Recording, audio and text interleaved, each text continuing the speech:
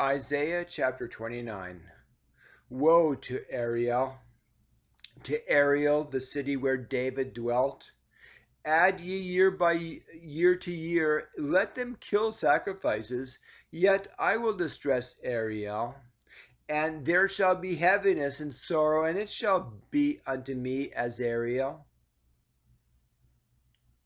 And I will camp against thee round about, and will lay siege against thee with a moment. And I will raise forts against thee, and thou shalt be brought down, and shalt speak out the ground. And thy speech shall be low out of the dust, and thy voice shall be as one that hath a familiar spirit out of the ground, and thy speech shall whisper out of the dust.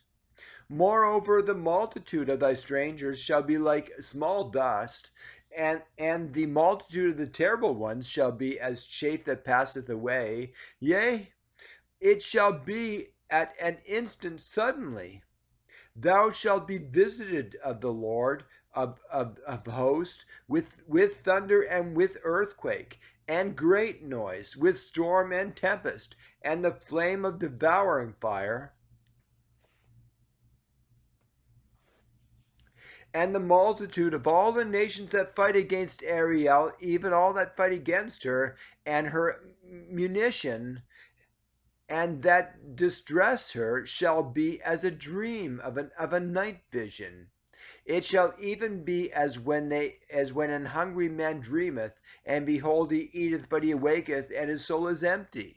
Or as when a thirsty man dreameth, and behold he drinketh, but when he awaketh, and behold he is faint, and his soul hath appetite. So shall the multitude of all the nations be that fight against Mount Zion. Stay yourselves and wonder. Cry ye out and cry. They are drunken, but not with wine. They stagger, but not with strong drink. For the Lord hath poured out upon you the spirit of deep sleep, and hath closed your eyes. The prophets and your rulers, the seers hath he covered. And the vision of all is become unto you as the words of a book that is sealed, with which men deliver to one that is learned, saying, Read this, I pray thee. And he saith, I cannot, for it is sealed. And the book is delivered him that is not learned, saying, Read this, I pray thee. And he saith, I am not learned. Wherefore the Lord said, Forasmuch as this people draw near me with their mouth, and with their lips do honor me, but have removed their heart far from me, and their fear toward me is taught by the precept of men. Therefore, behold, I will proceed to do a marvelous work among this people, even a marvelous work, and a wonder, for the wisdom of their wise men shall perish, and the understanding of their prudent men shall be hid. Woe unto them that seek deep to hide their counsel from the Lord. And their works are in the dark, and they say, Who seeth us? And who knoweth us? Surely your turning of things upside down shall be esteemed as the potter's clay. For shall the work say of him that made it, he made me not? Or shall the thing framed say of him that framed it, he had no understanding?